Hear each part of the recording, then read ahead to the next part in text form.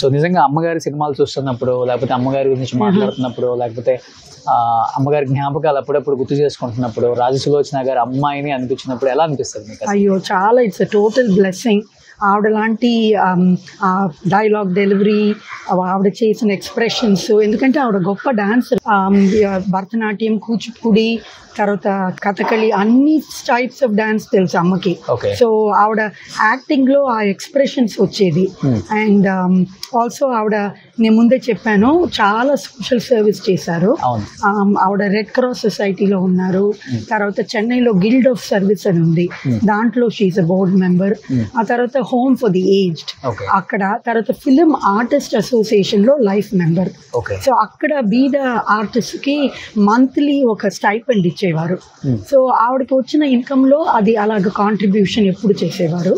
So నాకు చాలా honour and privilege to be her daughter. ఆవిడలాగా స్ట్రెంగ్త్ అండ్ ఆ బోల్డ్నెస్ ఐ థింక్ ఆవిడ వల్ల నాకు వచ్చింది. అండ్ నేను నాకు ఎంతవరకు పాసిబుల్ నేను కమ్యూనిటీ సర్వీస్ ఇప్పుడు చేస్తున్నాను. నా బ్యాక్గ్రౌండ్ ఏమో సోషల్ వర్క్.